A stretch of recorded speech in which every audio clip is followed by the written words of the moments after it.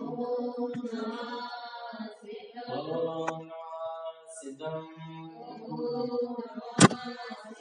ओम नमः सिद्धम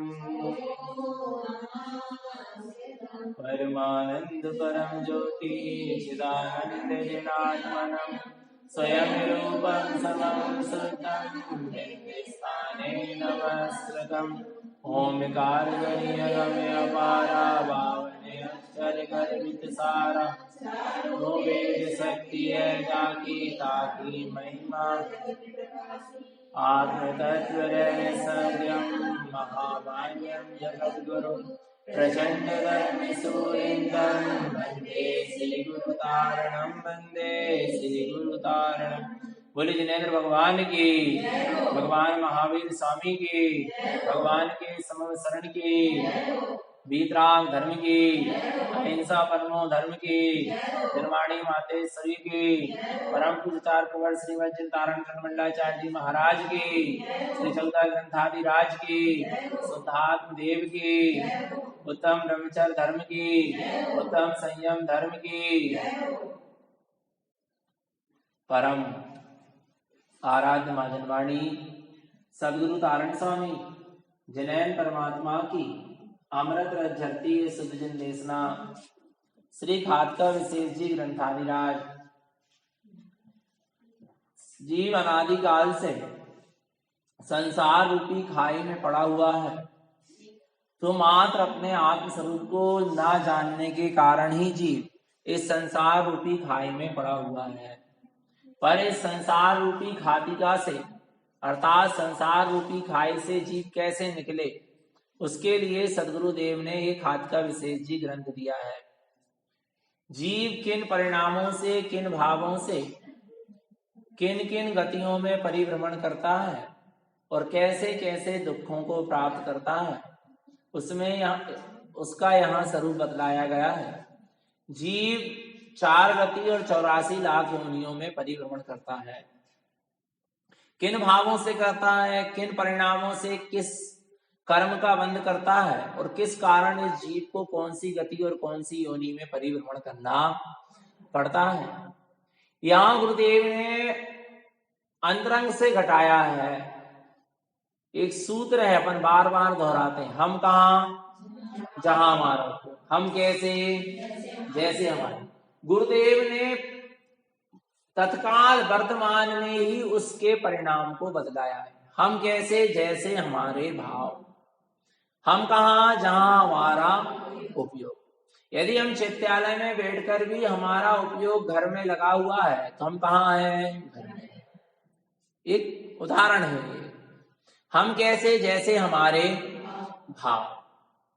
आ रहा है बिलाई, हम धर्म के क्षेत्र में बैठे हैं, पर यदि हमारे पाप भाव चल रहे हैं तो हम उस समय क्या कहलाएंगे, पापी कहलाएंगे। व्यसनों के भाव चलेंगे तो व्यसनी कहलाएंगे। बिलाई कर नहीं रहे पर भाव तो चले। हम कैसे जैसे हमारे चोरी के भाव चल रहे हैं, बिलाई चोरी कर नहीं रहे पर क्या कहलाओगे, चोर कहलाओ। हम कैसे जैसे हमारे भाव, ये उदाहरण है। इसी के आधार पर गुरुदेव ने कुछ सूत्र दिए हैं। देखो, कर्णानी योग के अंतर्गत आचार्यों ने बहुत प्रकार के ग्रंथ लिखे। आचार्य तारण स्वामी ने 24 ठाणा जी, त्रिभंगी सार, 24 ठाणा, खादका विशेष, ये कर्णानी योग के ग्रंथ लिखे। इसमें कर्म सिद्धांत की चर्चा है। जीव के परिणाम और जीव के परिणामों से होने वाली जीव की दशाओं के इसमें वर्णन। और भी आचार्यों ने गोमर सार, जीव कांड, कर्म कांड, लब्धि सार, छपना सार, सटखंडागम, धबला, जय धबला, ये सब कर्णानी योग के ही क्या है, ग्रंथ हैं, जिसमें कर्म सिद्धांत की चर्चा आई है। हम कहा जहां हमारा उपयोग, इसमें पूरा जीव कांड है। कौन सा कांड है? और हम कैसे जैसे हमारे भाव, इसमें क्या है, पूरा कर्म का। इसी 2 पर पूरा कर्णानी योग आधारित है, जीव कांड और कर्म कांड। हम कहा जहां हमारा उपयोग, ये जीव के चैतन्य परिणाम की दशा है। हम कहा जहां हमारा उपयोग, तो उपयोग किसे कहा है, आत्मा के चैतन्य परिणाम को, जीव के चैतन्य परिणाम को उपयोग कहा है। और जीव कांड में यही है, हम कहा जहां हमारा उपयोग, ये पूरा जीव कांड समाया हुआ है इतने से सूत्र में।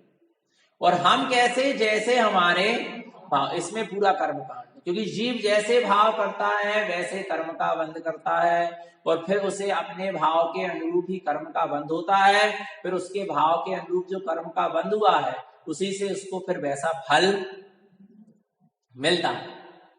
इसलिए भावों से ही कर्मों का बंध होता है। हम कैसे, जैसे हमारे भाव। गुरुदेव ने ज्ञान समुच्चय सार में एक सूत्र दिया है, परिणामम बंध मुक्तम च, परिणामों से ही कर्म का बंध होता है और परिणामों से ही कर्मों की निर्जरा होती है। जब जीव का परिणाम उपयोग पर की ओर लगता है, आत्मस्वरूप को भूल जाता है, तब वहां पर कर्म का बंध होता है, संसार खड़ा है। और जब जीव का उपयोग परिणाम स्वभाव की ओर लगता है, तब कर्मों की निर्जरा होती है, अर्थात मोक्ष का मार्ग बनता है। अब यहां गुरुदेव बतला रहे हैं, ये केवल मत का ग्रंथ है, साधु दशा और समाधि के समय का ग्रंथ है, और इसमें भी गुरुदेव ने जबरदस्त कर्म सिद्धांत को दर्शाया है। जीव कांड और कर्म कांड का पूरा सार इन सूत्रों में समाया हुआ है। हम कहा जहां हमारा उपयोग, हम कैसे, जैसे हमारे भाव। गुरुदेव ने एक सूत्र दिया 17 नंबर का, अर्क न दृश्यते नर्क। यदि अर्क स्वभाव नहीं दिख रहा है, हमें अपना प्रकाशमान ज्ञानमयी चैतन्य स्वभाव नहीं दिख रहा है, तो हम कहाँ हैं? नरक में। कहाँ है? नरक में। कब? जब जीव ने अपने स्वभाव को नहीं देखा, तब जीव कहाँ पड़ा हुआ है? ये समझ लो नरक में ही पड़ा हुआ। कैसे पड़ा हुआ है? जैसे नारकी, नरक के नारकी को, नरक में अंधकार ही अंधकार है। नरक में क्या है? अंधकार ही अंधकार है। जितने नीचे के नरक में जाओगे उतना ही अंधकार मिलता चला जाएगा। 7 नरक है। प्रथम नरक का क्या नाम है? रत्न प्रभा, शर्करा प्रभा, बालू का प्रभा, पंख प्रभा, धूम प्रभा, तम प्रभा और महा तम प्रभा। ये इसी के आधार पर रत्न प्रभा, मात्र रत्नों के समान वहां पर प्रकाश है, पहले नरक। दूसरे नरक में शर्करा प्रभा, शक्कर जैसी चमकती है ना, बस इतना प्रकाश।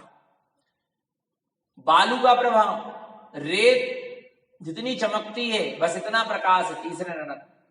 चौथा नरक का नाम पंख प्रभा, कीचड़ के समान, माने अंधकार है समझ लो। इसके बाद धूम प्रभा, धूम माने धुआं के समान अंधकार है। फिर तम प्रभा, तम माने अंधकार है। और फिर महातम प्रभा माने महा अंधकार, 7वें नरक।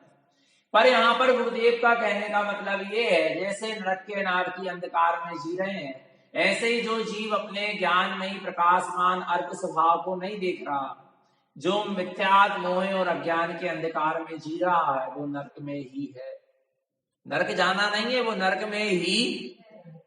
एक अभिप्राय तो ये है, पर दूसरा अभिप्राय ये भी है, अर्क ना दृष्टते नरक।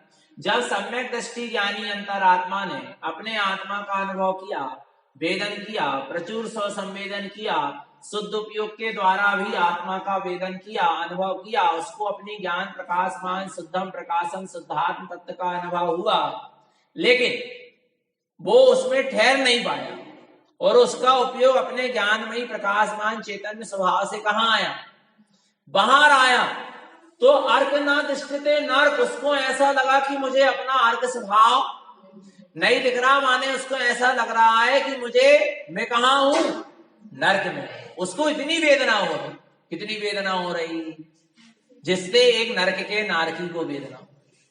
इतनी वेदना किसको हो रही?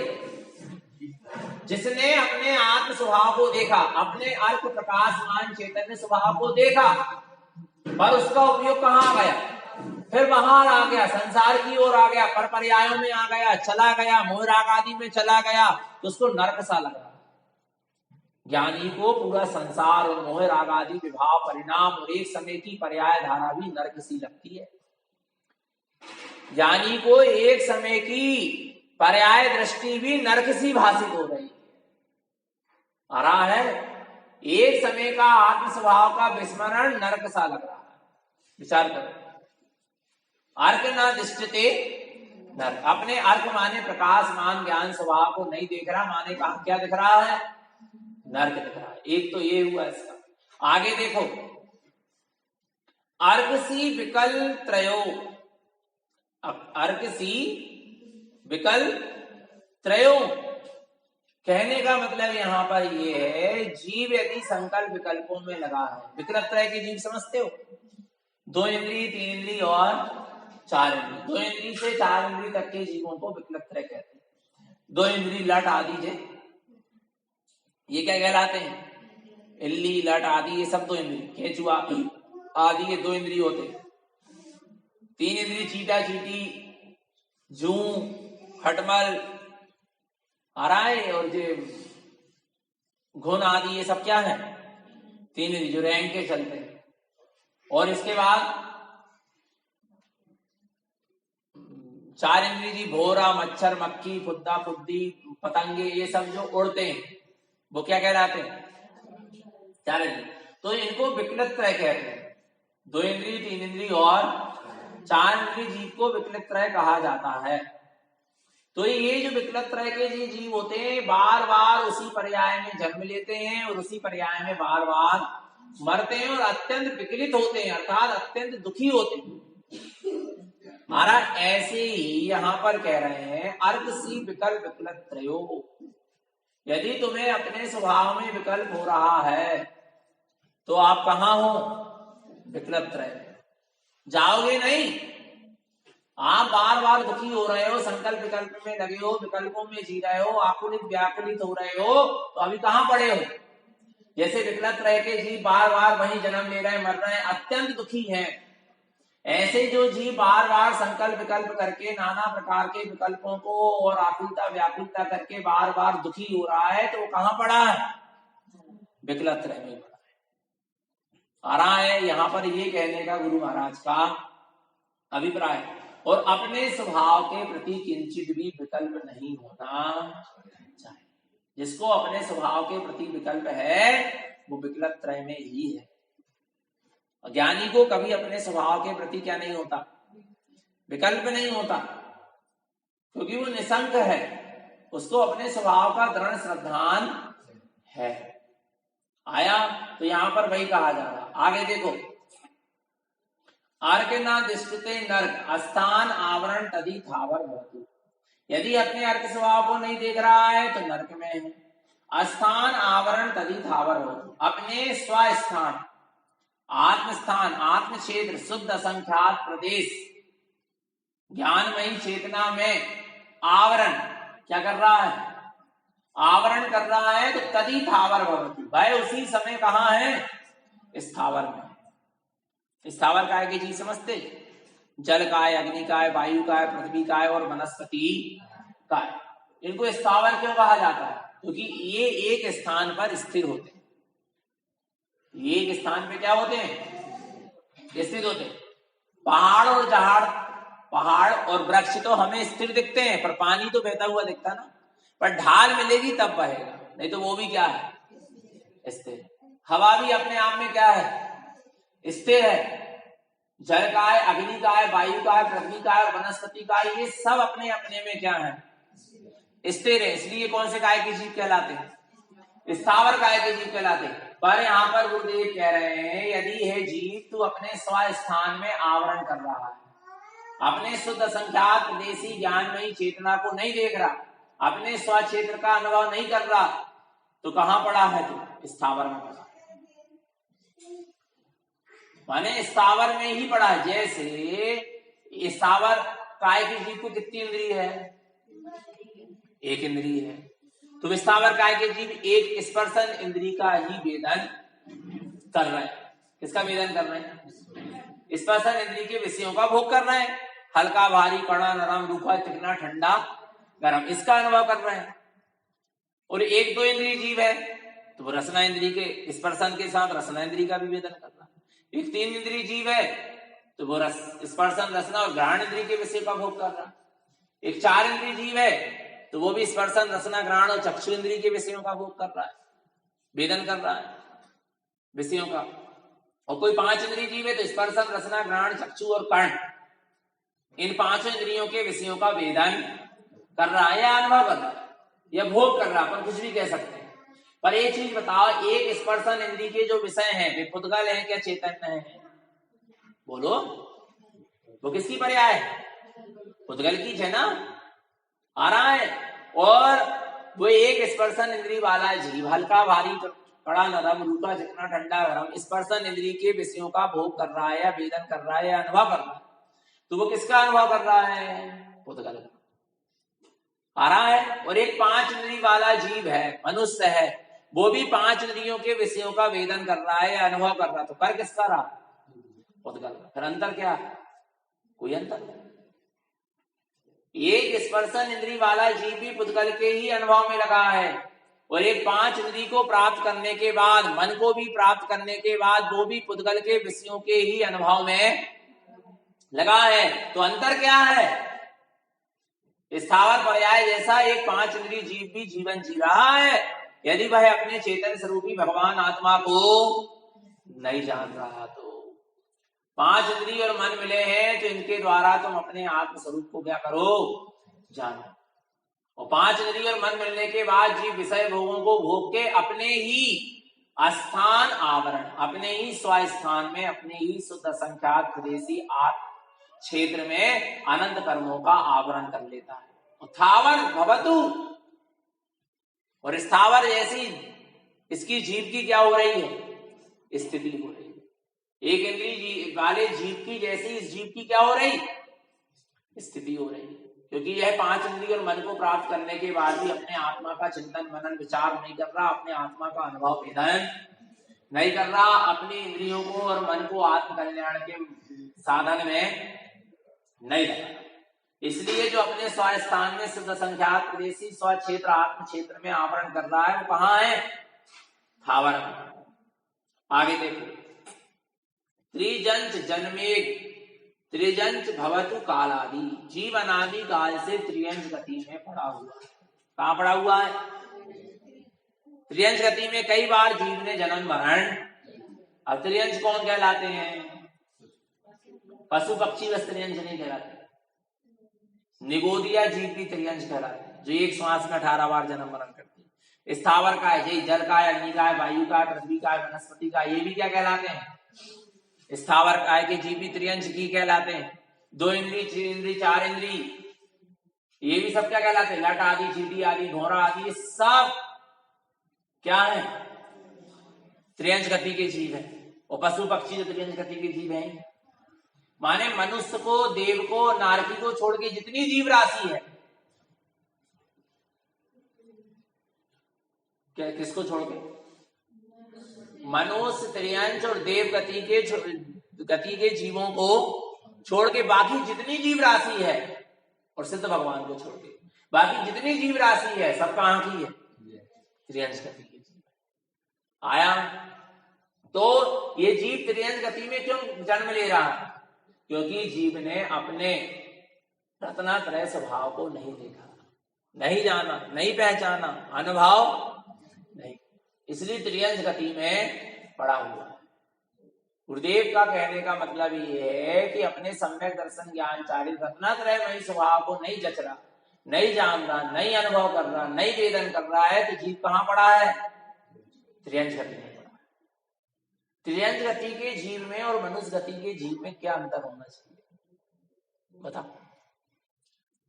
त्रियंच गति के जीव को, एक पशु पक्षी है, वे भी अपना घोंसला बना लेते हैं, अपना घर बना लेते हैं, अपने बच्चों को पेट भर लेते हैं, अपना भी पेट भर लेते हैं। आ रहा है, वो भी अपने सुबह से लेके शाम तक काय में अपने विषयों की पूर्ति में लगे रहते हैं। आप देखो, कोई भी पशु पक्षी त्रियंच गति के उधर रसना इंद्रिय के विषयों की पूर्ति में वे क्या होते? दिन भर लगे रहते हैं। और एक मनुष्य है, वो तो कम से कम एक स्पर्श, एक रसनेन्द्रिय के विषयों में लगा रहता। त्रियंज गति का अधिकांश जीव देखो आप काय के विषय में लगे, रसनेन्द्रिय की पूर्ति के विषय में लगे, दिन भर भोजन की तलाश में घूमते हैं। और ये मनुष्य भी पांचों इंद्रियों के विषयों के ही सेवन में और उसके ही पीछे पूरा समय क्या कर रहा है, दिन रात लगा। तो अंतर क्या है त्रियंज में और मनुष्य में? क्या अंतर है बताओ? बेबी सो रहे हैं, तुम भी सो रहे हैं। बेबी खा रहा है पी रहा है, तुम भी खा रहे पी रहे। बेबी अपना घोंसला बना ले रहे, तुम भी अपना घर बना ले रहे। बेबी बच्चा पैदा कर रहा है, तुम भी बच्चा पैदा कर रहा है। बेबी बच्चे को पालन पोषण कर रहा है, पेट भर दे रहा है, तुम भी भर दे रहा है। अंतर क्या है? बताओ ना, क्या अंतर? विचार करो, नहीं आ रहा समझ में? बेबी विषयों के सेवन में लगे और ये मनुष्य भी विषयों के सेवन में लगा। जबकि मनुष्य पर्याय मिली थी सम्यक्त को धारण करने के लिए, आत्म कल्याण के लिए, अपने आत्म स्वरूप को जानने पहचानने के लिए और संयम की साधना करने के। पर जीव ने काय में लगा दिया? पशुवत जीवन जीने में ही। जो जीव विषय भोगों के सेवन में लगा रहता है उस जीव को पशुवत कहा। अभी पढ़ा हमने उसमें समाधि तंत्र ग्रंथ, अभी हम स्वाध्याय कर रहे हैं, तो उसमें यही लिखला कि जो जीव विषय भोगों के सेवन में दिन रात लगा है वो पशुवत जीवन ही जी रहा है। जबकि मनुष्य पर्याय मिली थी आत्म कल्याण के लिए, सम्यक को धारण करने के लिए और संयम का पालन करने के लिए। आपको 5 इंद्रिय मिली ना, तो आप उससे क्या करो? स्वाध्याय करो, धर्म ध्यान करो, अपने उपयोग को अपनी आत्मा में लगाने का प्रयास करो, सामायिक करो, मंत्र जप करो। आपके पास बुद्धि है, बल है, विवेक है, मन है, सब कुछ। पर जीव काय में लगा रहा है? बस विषयों की पूर्ति में ही लगा। जैसे त्रियंज गति के जीव विषयों की पूर्ति में उनका दिन रात व्यतीत हो रहा है, ऐसे ही मनुष्य का भी दिन रात यदि त्रियंज गति के जीवों जैसा विषयों की पूर्ति में ही व्यतीत हो रहा है, तो त्रियंचों में और मनुष्य में कोई अंतर। क्योंकि हम कैसे? जैसे हमारे, हम कहा? हमारा। त्रियंज गति जैसी जीवों जैसी प्रवृत्ति हो रही है, भाव चल रहे हैं, उपयोग वैसा चल रहा है, तो जीव कहाँ है? त्रियंज गति। रत्नात्रय की साधना के लिए मनुष्य पर्याय। यहाँ गुरुदेव वही कह रहे हैं, यदि तुमने अपने रत्नात्रय स्वभाव को नहीं जांचा, नहीं पहचाना, नहीं अनुभव करा, अपने रत्नात्रय स्वभाव तुम्हें नहीं जचा और संसार शरीर विषय भोग ही रच रहे हैं, तो ये जीव त्रियंज गति में ही परिभ्रमण कर रहा है। आगे देखो, दर्शते देव विज्ञान अंतर व्यंतर। दर्शते देव विज्ञान अंतर व्यंतर। अपने देवत्व स्वरूप को देखो। किसको देखो? दर्शते देव, किसको देखो? अपने देवत्व स्वरूप निःशुद्धात्म तत्व को क्या करो? देखो। जो अपना आत्म स्वभाव है वो स्वयं सिद्ध भगवान के समान देवत्व पद का धारी है। अपने निःशुद्धात्म देव को क्या करो? देखो। और नहीं देख रहे हो विज्ञान अंतर व्यंतर। और यदि तुम अपने विज्ञान घन स्वभाव में, अपने ज्ञान विज्ञान स्वरूप में, अपने विज्ञान ज्ञान स्वभाव में अंतर डाल रहे हो तो व्यंतर। कौन हो? व्यंतर। स्वयं के लिए स्वयं व्यंतर का काम करता। व्यंतर का काम क्या रहता है? व्यंतर समझते कि नहीं? व्यंतरवासी जाति के जो देव होते हैं वो हर काम में विघ्न डालते हैं।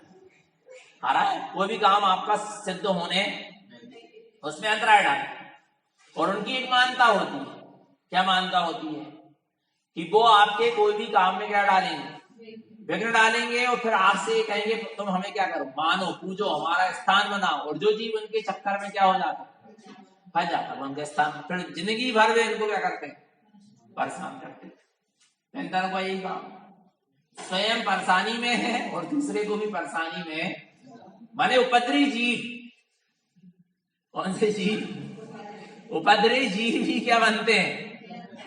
थोड़ा बहुत पुण्य कमा लेते हैं, आ रहा है, और क्या बन गए? व्यंतर। फिर व्यंतर बन के भी क्या करते हैं? उपद्रव मचा। आ रहा है। अच्छे काम में क्या डालेंगे? विघ्न डालेंगे, अंतराय डालेंगे। ऐसे ही यहाँ गुरु महाराज कह रहे हैं, यदि तुम अपने निज आत्म स्वभाव को नहीं देख रहे, नहीं जान रहे, नहीं अनुभव कर रहे, विज्ञान अंतर्गत अपने विज्ञान ज्ञान स्वभाव में क्या डाल रहे हो, अंतर डाल रहे हो, तो कौन हो तुम, अंतर। अपने ज्ञान स्वभाव की साधना में जो अंतराय बन रहा है, कौन अंतराय बन रहा है, अपनी स्वयं की राग की परिणति, अपने स्वयं की मोह की परिणति, अपने स्वयं की कसाई की परिणति, इनमें रत होके तुम अपने ज्ञान स्वभाव में इससे दूर हो रहे हो। अपने ज्ञान स्वभाव की साधना में अंतर पड़ रहा है, अंतर डाल रहे हो, तो कौन हो तुम, अंतर आ रहा है। तो अपने ज्ञान स्वभाव की साधना कैसी करो, निरंतराल करो। कैसी करो, निरंतराल अपने ज्ञान स्वभाव को जानो पहचानो। पर बीच में कौन काम करता है, जो अपने ज्ञान स्वभाव की साधना से जीव को च्युत कर देता है, ज्ञान स्वभाव में निरंतर रमण करने नहीं देता। कौन, राग का परिणाम, कसाय का परिणाम, मोह का परिणाम। देखो एक लहर आई सुमेरु मुनि को, कौन से मुनि को, सुमेरु मुनि अपने ज्ञान स्वभाव की साधना में लीन थे, भावलिंगी वीतरागी निर्गंत साधु थे, और ध्यान में क्या थे, लीन थे। पर जरासी एक कर्म की क्या आई, लहर आई, धारा आई, और जीव स्वयं अपनी भूल से उस कर्म की धारा में अपने स्वरूप को भूल के क्या हो गया, लिप्त हो गया। 4 लोग वहां से निकले जहां वो सुमेरु मुनि बैठ के तपस्या कर रहे थे, और आपस में चर्चा करने लगा। एक व्यक्ति कहने लगा, देखो मुनिराज बैठे हुए हैं, चलो हम इन्हें नमोस्तु करें, इनको प्रणाम करें, इनके दर्शन कर लें। तब दूसरा कहने लगा, ये कोई मुनि नहीं है, ढोंगी है, ढोंगी। तीसरा कहने लगा, हाँ, इसने अपने कर्तव्य को नहीं निभाया, एक छोटे से पुत्र को राज पद सौंप दिया और साधु बन गया। तीसरे ने कहा, हाँ, और आज मंत्रियों ने उसके पुत्र को बंदी बना लिया और पूरा राजपाट उसका लूट लिया, छीन लिया। इतने से शब्द मुनिराज के कान में क्या हुए, पड़े। तो अब क्या होना था, ज्ञानंतरम न दिठम, ज्ञान स्वभाव की साधना में अंतर नहीं पड़ना था। पर किसने अंतर पाड़ दिया, वो 4 व्यक्ति ने, उनकी बातों ने, किसने, मोह का परिणाम। किंचित मोह का परिणाम अंतर में जाकर कर्म के उदय से आ रहा है। बस एक भाव हुआ, मैं अभी चढ़ाई करता हूं उन मंत्रियों को।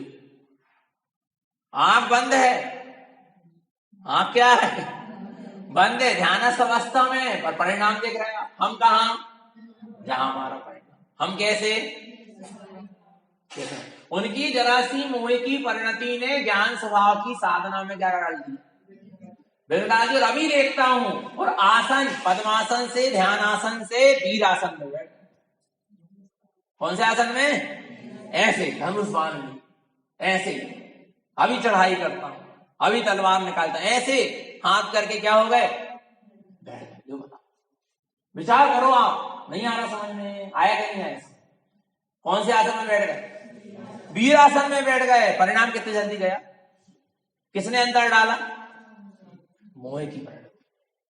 कर्म का उदय तो आया था, पर कर्म के उदय में उस जीव को अपने ज्ञान स्वभाव की साधना में निरंतर तल्लीन रहना था। पर मोह की परिणति जागी, मोह का परिणाम आया और जीव ने उसमें रस।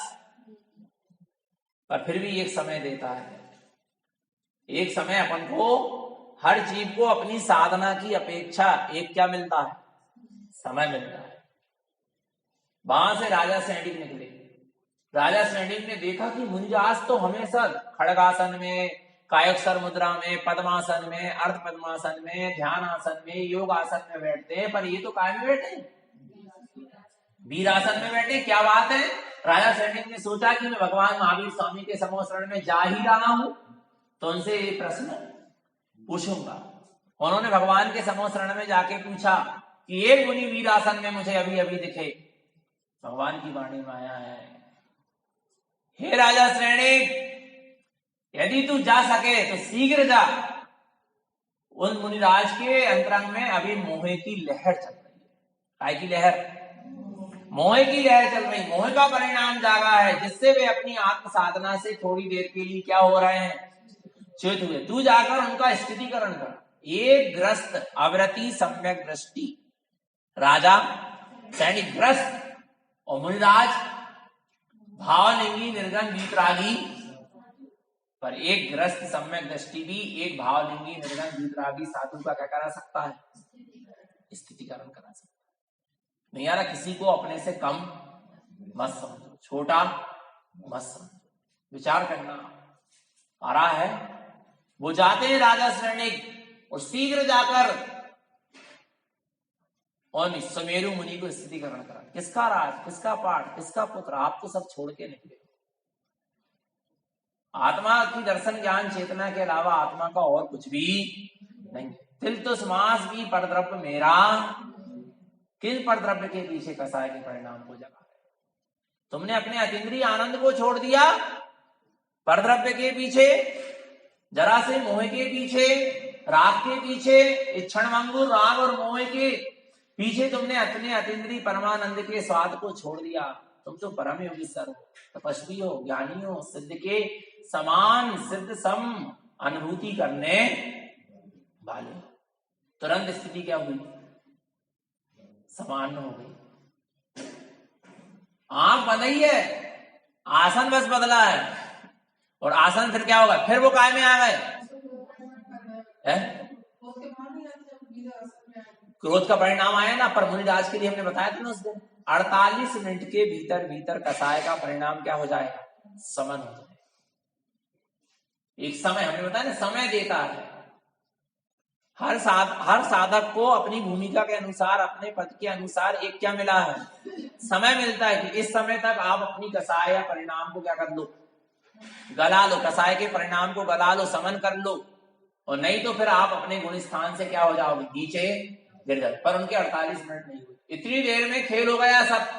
कसाय का परिणाम आया, मोह का परिणाम आया, थोड़ी देर के लिए अंतराल पड़ा अपने स्वभाव की साधना में। एक सम्यक दृष्टि ज्ञानी जीव ने आके स्थितिकरण कराया, स्थिति सही उपयोग, पुनः अपने स्वभाव में जाकर क्या हो गए? स्थित हो गए।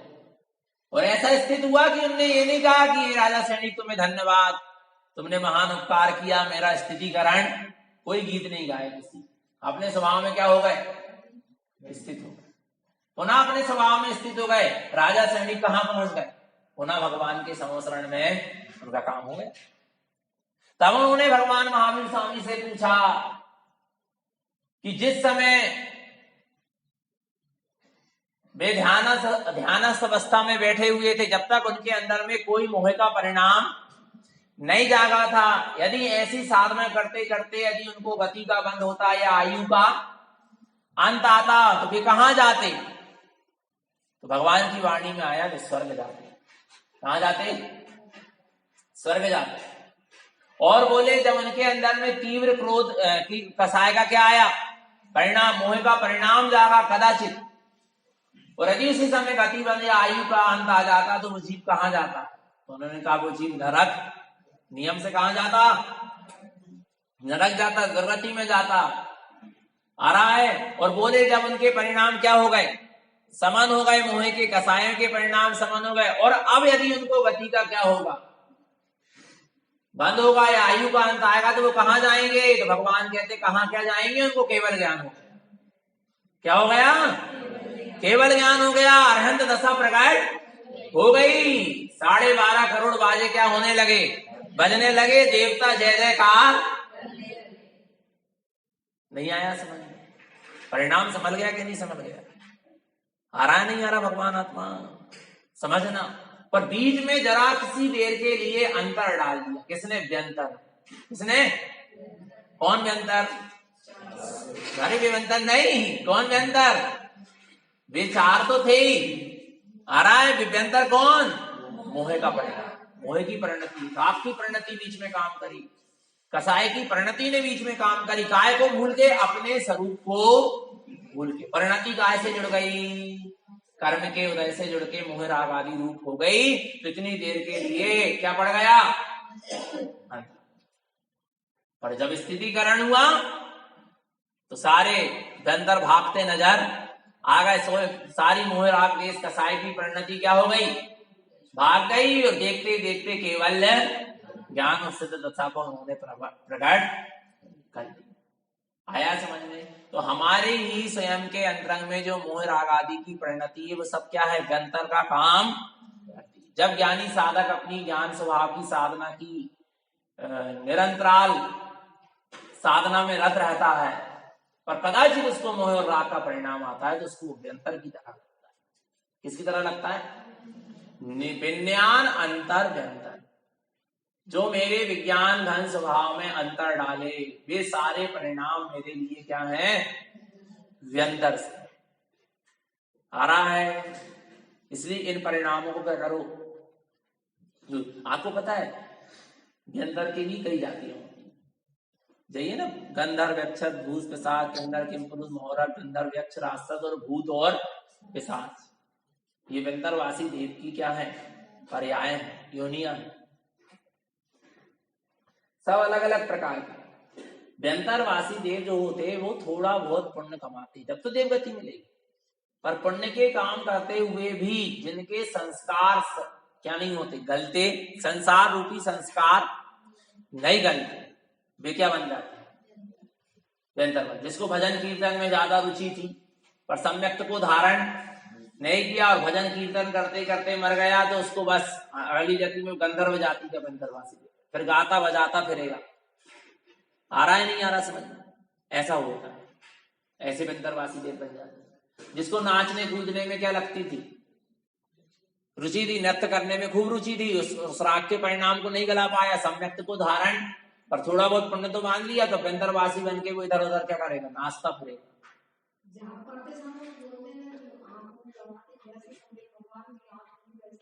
खुल जाए, हाँ ऐसे। आ रहा है नहीं आ रहा समझ में? तो ये सब नाना प्रकार के व्यंतरवासी योनियों में जीव को क्या करना पड़ता है, जाना पड़ता है। अब क्या कर लिया, नियम संयम व्रत आदि तो धारण कर लिया, संयम को धारण कर लिया, परंतु आपस में ही क्या कर रहा है, एक दूसरे के प्रति कसाय का द्वेष का परिणाम कर रहा है। पर नियम संयम का पालन करके थोड़ा बहुत पुण्य तो क्या कर ले रहा है, बांध ले रहे, तो वे क्या बन जाएंगे। और संयम को धारण करके भी एक दूसरे को आपस में भिड़वा रहे, लड़वा रहे, तो वे असुर कुमार जाति के क्या बन जाएंगे, भवनवासी देव बन जाएंगे। फिर भी एक दूसरे को लड़ाते फिरेंगे, जो नरक में जाके एक दूसरे को क्या करते हैं, लड़वाते। पुण्य तो बांधा ना संयम को धारण करके, पर वो संस्कार लड़ाने भिड़ाने के, एक दूसरे की निंदा चुगली के संस्कार क्या नहीं हुए, गले नहीं। तो बस संयम को धारण करके भी पुण्य बांधते रहे, पर वो संस्कार गले नहीं, उसके प्रताप से आप कहां चले जाओ। तो ये सब है। अरे कोई साधना कर रहा है, कोई धर्म ध्यान कर रहा है, और आप बीच में उसको क्या डाल दिया, आप विघ्न डाल दिया, नहीं है। जैसे देखिए हम बताएं, जैसे आप चैत्यालय आए, यहां पर बैठ के लोग बस स्वाध्याय कर रहे हैं, ध्यान कर रहे हैं, सामायिक, ठीक है ना। और आप कहाँ आए, चैत्यालय, और आपने खूब जम से घंटा बजा दी, खूब जम से तुम अपना पाठ करने लगे। आ रहा नहीं आ रहा, भलाई आपका अभिप्राय क्या नहीं है, दूसरे को अंतरायण डिस्टर्ब करने का तो नहीं है, पर फिर भी आपको विवेक नहीं है ना कि अभी लोग आप शांति से धर्म ध्यान कर रहे हैं, तो शांति से करने दो। आ रहा नहीं आ रहा, पर आपने भी तो धर्म ध्यान किया ना, पर विघ्न डाल के धर्म ध्यान किया दूसरे को, तब अगली जाति में आप व्यंतरवासी देव करोगे, क्योंकि पुण्य तो कमा ही लिया। और फिर जाकर क्या करोगे, जब लोग धर्म ध्यान करेंगे तो उनको विघ्न डालोगे। तो ये सब अपने अपने ही भावों से अपने को कर्म का बंध होता है। पर यहाँ पर गुरु महाराज का कहने का मतलब ये है कि जहां ज्ञान स्वभाव की साधना में अंतर पड़ता है, काय के कारण, मोह के कारण, राग के कारण, पर्याय दृष्टि के कारण, पर्याय रस में रसिक होने के कारण, ये सब व्यंतरता का काम है। वो कहा ना कमलवती जी में, क्या कहा है वो, ज्ञानंतरम न दिठम पर जाय दिठ्ठि अंतरम सहसा। ज्ञानंतरम ना दिठम, ज्ञान स्वभाव में कोई अंतर नहीं है, लेकिन अंतर पड़ कैसा जाता है, ज्ञान तो निरंतर जानन जानन जानन जानन जानन उसका काल चल रहा है, फिर भी ज्ञान स्वभाव में अंतर कैसे पड़ जाता है? ज्ञान स्वभाव की साधना में अंतर कैसे पड़ जाता है? दृष्टि अंतरम सह ज्ञानंतरम न दृष्टम पर पर्याय दृष्टि अंतरम सहसा, पर पर्याय दृष्टि अंतरम सहसा, पर पर्याय में दृष्टि जाती है तो तुझे ये अंतर को सहना पड़ता है। अपने ज्ञान स्वभाव में कोई अंतर नहीं है, ज्ञान की निरंतरता निरंतर है, पर उस ज्ञान स्वभाव को जीव निरंतर जानते जानते जानते जानते बीच में उसकी दृष्टि पर पर्याय पे चली जाती है, मोह राग आदि में चली जाती है। अंतरम सहसा, जिससे अंतर क्या करना पड़ता है? सहना पड़ता है। अच्छा एक चीज बताओ, यहां से प्रवचन की धारा 1 घंटे की चल रही है, क्या चल रही है? 1 घंटे की ज्ञान प्रवचन की धारा माने ज्ञान का अमृत चल रहा है, 1 घंटे की ज्ञान की धारा बढ़िया चल रही है, तत्व की चर्चा ज्ञान धारा या तो प्रवचन उपदेश चल रहा है, और आप बड़ी एकाग्रता से क्या कर रहे हैं? सुन रहे हो, पर जरा सा आपका उपयोग इधर उधर क्या हो गया, जरा सी देर के लिए उपयोग इधर उधर चला गया, और उसी समय कोई चीज निकली और वो आपके पकड़ में, तो अब गलती किसकी है? गलती किसकी है? गलती किसकी बताओ ना? स्वयं की। ज्ञान की धारा तो निरंतर चल रही थी, उपदेश की धारा, प्रवचन की धारा, तत्व चर्चा की धारा निरंतर क्या हो रही थी? चल रही थी, और आप भी बड़ी अच्छे से क्या कर रहे थे? सुन रहे, पर जरा सा उपयोग क्या हुआ इधर उधर, और आप चूक गए जरा से, आ रहा नहीं आ रहा वो खाना। ऐसे ही ज्ञान की धारा, ज्ञान का जानन जानन जानन जानन जानन जानन निरंतर अंतरंग में चलता रहता है, और ज्ञानी उस ज्ञान की जानन जानन जानन जानन चेतन शक्ति को निरंतर निहारता भी रहता, उसमें तन्मय भी रहता, पर जरा सी कोई पूर्व की कर्म की धारा क्या होती है? चालित मोहिनी कर्म संबंधित कह लो या औदायिक भाव संबंधित कह लो, कोई कर्म की धारा आती है, और जीव उस ज्ञान स्वभाव की निरंतरता को जो जान रहा था, अपनी चेतन की चेतनता में निरंतर लीन था, जरा से के लिए उसकी दृष्टि क्या होती है? वहां से हटती और उस कर्म की धारा में जुड़ जाती, यही व्यंतरपना है। तो ऐसे व्यंतरपने को क्या करना पड़ेगा? छोड़ना पड़ेगा, नहीं तो आगे जाके कौन सी योनि में जाना पड़ेगा? तो बनने तो नहीं है व्यंतर है, बोलो भगवान आत्मा है क्या? नहीं है। एकदम तो कहने को भैया व्यंतर ही बन जाए, कम से कम देवगति तो मिल जाए। अरे नहीं आ रहा भगवान, माने हमें देवगति की प्यास है, वह प्यास मिटाई व्यंतरवासी बन के भूत पिशाच गंधर्व यक्ष राक्षस बन के मिट जाए, पर मिट जाए। माने हमें प्यास लगी है, बताइए कीचड़ वालों पानी पी के मिट जाए, पर मिट जाए। ऐसा होता है? नहीं आया भगवान। तो इसलिए अपने ज्ञान स्वभाव की साधना में क्या मत डालो? अंतर मत डालो, नहीं तो कहां पड़े? व्यंतर जैसा काम चल रहा, और किसी की साधना में भी मत डालो। सही बता रहे, कोई साधना कर रहा है, आपको पता है कि ये जीव बहुत अच्छे से जाप पाठ धर्म ध्यान स्वाध्याय करता है, और आपको कोई चीज ऐसी पता चली कि इस जीव को यदि हम ये बात क्या करेंगे, बता देंगे, तो इसका आज का जाप पाठ ध्यान स्वाध्याय अच्छे से नहीं हो पाएगा, और आपने जाके उसको क्या कर दिया? बता दिया। अब वो बेचारा कर तो रहा जाप पाठ स्वाध्याय, पर उसको क्या चल रहा है? विकल्प। ऐसा काम किसी को विकल्प में मत डालो। आया नहीं है, आ रहा नहीं, किसी को विवेक से काम करो। पता है कि ये इस समय इसके परिणाम क्या हो जाएंगे? बिगड़ जाएंगे, और ये धर्म ध्यान से क्या हो जाएगा? दूर हो जाएगा। कभी ऐसा काम अपन को नहीं करना चाहिए। आया नहीं, किसी को भी उसकी साधना में क्या मत डालो? विघ्न बाधा। पता है कि इनका भैया अभी स्वाध्याय का समय है, तो उसके पास कर उस समय उठने बैठने मत जाओ। उनका इसका सामायिक का समय है, तो उस समय उनके पास व्यर्थ की चर्चा करने मत जाओ। कोई मंदिर आता है ना, कोई चित्तालय, अपन को पता है चित्तालय जा रहा, रास्ते में मिल गया तो उससे सिर्फ जयकारण करो, पर उससे चर्चा करने मत लग जाओ, नहीं तो तुमने उतनी देर उसको काय में डाल दी? अंतराय में डाल, अंतराय हो गया। अब वो आपके साथ खड़े होकर क्या करने लगा? चर्चा करने लगा, और आप कहाँ रहा था? चित्तालय आ रहा।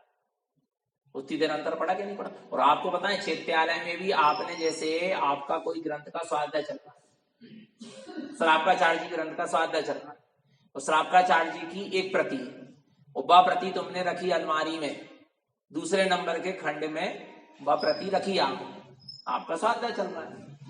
दूसरे का भी उसी प्रति से क्या चल रहा है, और उसने भी उसी स्थान पे रखा जहां पर आपने रखा। पर दूसरे दिन आप आए और आपने स्वाध्याय किया और वो श्रापाचार्य ग्रंथ ऊपर नीचे और कहीं रख दिया। अब वो व्यक्ति जो आया, अब उस श्रापाचार्य ग्रंथ क्या करेगा, ढूंढेगा। उतनी देर ढूंढने में जितने में उसको अंतराय पड़ा क्या नहीं पड़ा, नहीं उतनी देर वो स्वाध्याय करता कि नहीं, 4 पेज पढ़ लेता क्या नहीं पढ़ लेता, पर अंतराय किसको पड़े। इसलिए विवेक, जहां की चीज उठाए वहीं क्या करो, रख दो। नहीं ऐसी छोटी छोटी चीज में तो क्या हो जाता, अंतराल पड़ जाता। ये छोटी छोटी सी चीजें हैं, इसमें अंतर पड़ जाता, आया नहीं है ऐसा। तो इसका अपन को क्या रखना चाहिए, विवेक रखना चाहिए। बहुत सावधानी, आप परफ्यूम लगा के, सेंट लगा के, या ऐसे कोई सुगंधित तेल आदि लगा के मत आओ। कहा, चैत्यालय। नहीं तो लोग तुम्हारी तरफ क्या करने लगे। होता ना कई बार ऐसा, कोई व्यक्ति आया अच्छा बढ़िया और सबका ध्यान कहां चल जाता, उसी की तरफ चल। अंतर पड़ा कि नहीं पड़ा, अंतराल पड़ा कि नहीं पड़ा। ऐसा साज श्रृंगार करके मत आओ कि लोग तथ्य की चर्चा सुनना छोड़ के तुमको ही देखने लगे, है क्या नहीं। ऐसा मत करो, आया नहीं है समझ। बहुत सावधानी की क्या है आवश्यकता। छोटी छोटी सी चीजें इसी पे तो अंतराल पड़ जाता है। घुंघरू वाली पायल बहन के मंदिर नहीं आना चाहिए, सही बता रहे हैं हम, लिखा है सब ग्रंथों में। वो बजी छम छम, सबका उपयोग क्या हुआ, भाई चला गया, नहीं चला गया। अब बताओ आप, बहुत सारी चीजें ऐसी हैं कि अपन को बहुत विवेक से काम करना चाहिए। कोई दर्शन कर रहा तो उसके सामने से मत निकलो, कोई जाप समाई कर रहा तो उसके सामने से मत निकलो, नहीं तो क्या होगा, अंतराय कर्म का बंद होता है क्या नहीं। बहुत सावधानी क्या है, कोई जाप पाठ स्वाध्याय कर रहा तो आप अपना जब पाठ कर रहे हैं स्वाध्याय कर, धीरे धीरे कर, दूसरे को डिस्टर्ब नहीं होना चाहिए। आ रहा नहीं, कोई जाप कर रहा तो जस्ट उसके जस्ट बाजू में जाके मत बैठ जाओ, नहीं समझ में, थोड़ा दूर खिसक के बैठे, उसको पता ही ना चले कि कोई आके बैठ के चला गया, नहीं तो उसका उपयोग डिस्टर्ब होगा। ये छोटी छोटी सी चीजें हैं। अब कोई ध्यान जाप कर रहा है और चंदन लग रहा है, तुमने को ध्यान जाप कर रहा है उसी को चंदन लगा दिया, तो उसका डिस्टर्ब हो गया क्यों, आप क्या सोच रहे हैं, नहीं यही समझ है। या प्रसाद दे दी, उसकी गोदी में प्रसाद रख दी, उसके हाथ ही में प्रसाद रख दिए, वह जाप कर रहा, नहीं आया समझ। तो गलती इसकी भी है और आपकी भी। यदि मंदिर में सामूहिक मंदिर विधि चल रही है, आरती चंदन प्रसाद हो रहा है, तो उसको उसमें शामिल होना चाहिए। उसको अलग से बैठ के अपना जाप पाठ स्वाध्याय, पहले पूरी क्रिया हो जाए अच्छे से, फिर उसके बाद करो, खूब अच्छे से चंदन लगवा लो, खूब अच्छे से दोनों हाथ से प्रसाद ले लो, और फिर बड़ी निश्चिंतता से बैठो, है क्या नहीं। नहीं आया समझ। ये छोटी छोटी सी क्या है चीजें हैं, पर इनका हमको विवेक रखना चाहिए। बहुत छोटी छोटी सी चीजें हैं, पर क्या रखो, इसमें विवेक रखो। अब कोई आके बैठा, भैया पंखा चालू कर दे, लो बेचारो बैठ के जाप कर तो स्वाध्याय कर तो तुमने सबसे पहले उससे पाप ही करवा डाली। जाप तो कर नहीं पाओ, पाप पहले कर लो, नहीं कर लगता है, नहीं है इसमें। हमने कहा भैया पंखा चालू, तुम तो कर नहीं रहे हो, बासे मगर जरूर कर रहा, तुम भी पाप बांध रहे, वो भी पाप बांध रहा है क्या नहीं। ये बहुत छोटी छोटी सी क्या है चीजें हैं, पर इसमें जीव कैसे कर्म बंद कर लेता पता, और इससे सबसे ज्ञानावंडी दर्शनावंडी कर्म का क्या होता है, बंद होता है। और जब जीव आत्म साधना में आगे बढ़ना चाहता तो ये कर्म के उदय फिर उसको आते हैं, और फिर उसको अंतराय का काम करते हैं। वो कर्म के उदय, उसके स्वयं के कर्म के उदय उसको अंतराय का काम करते हैं। इसलिए अपन को बड़ी सावधानी पूर्वक, मैंने कुल मिला के अपना विवेक जागृत होना चाहिए, विवेक पूर्वक अपन को काम करना चाहिए। छोटी छोटी सी चीजें है क्या नहीं। मंदिर के अंदर कभी भी कसाय का परिणाम, अन्य क्षेत्र में कसाय करोगे तो धर्म क्षेत्र में आके क्या करोगे, उस पाप को छुड़ाओगे। और धर्म के क्षेत्र में यदि कसाय कर लोगे, पाप मांग लोगे, तो कहां जाओगे छुड़ाने, फिर वो निदत्तित निकांक्षित कर्म बनते। कौन से कर्म बनते हैं, निदत्तित निकांक्षित कर्म बनते। चैत्यालय में बैठ के, धर्म क्षेत्र में बैठ के देवगुरु शास्त्र के निमित्त से न तीव्र राग का परिणाम करो, यहाँ न तीव्र द्वेष का परिणाम करो, न क्रोध मान माया लोभ, इस किसी भी परिणाम को यहाँ बैठ के।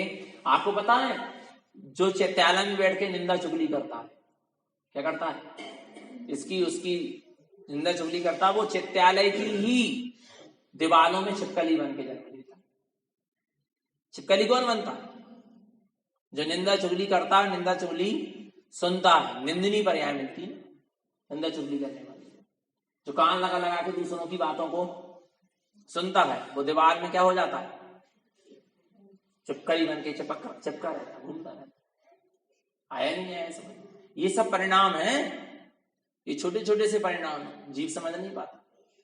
और फिर जब कर्म बन जाते और जब कर्म के उदय आते, तब क्या था, मैंने कौन से पाप किए थे, करते समय समझ में नहीं आता, पर जब उसका फल उदय में आता है तब जब समझ में आता। और कम से कम धर्म के क्षेत्र में, चैत्यालय में, जनवाणी के सामने जो कोई कसाय का परिणाम है, जैसे अगर महाराज जी कहते थे चैत्यालय आ रहे हो, इतने दरवाजे से अंदर प्रवेश कर रहे हो, तो पहले ये 4 चंडाल चौकड़ी को बाहर छोड़ के आओ। चंडाल चौकड़ी माने क्रोध, मान, माया, और इसको कहां छोड़ के आओ, बाहर ही छोड़। जहां चरण पादुका उतारे ना, तो क्या कर दो उनको छोड़। फिर अंदर चैत्यालय में क्या करो, प्रवेश करो। जब तो चैतन्यालय तक पहुंच पाओ, तब तो चैतन्य का अनुभव कर पाओ। कसायों के साथ, राग द्वेष मोह के साथ कहां आत्मा का अनुभव हो पाएगा।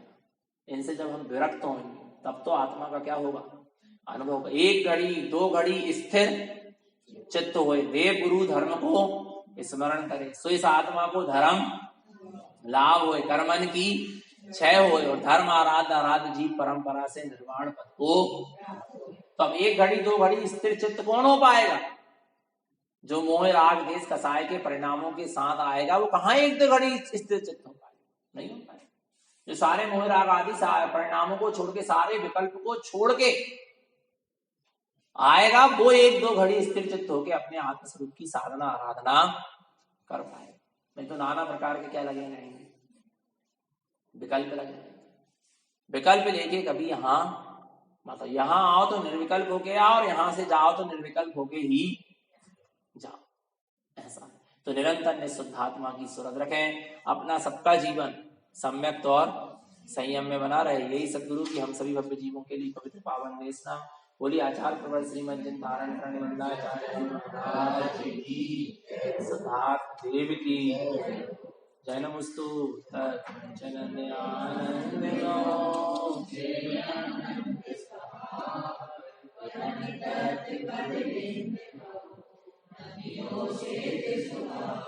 गुरु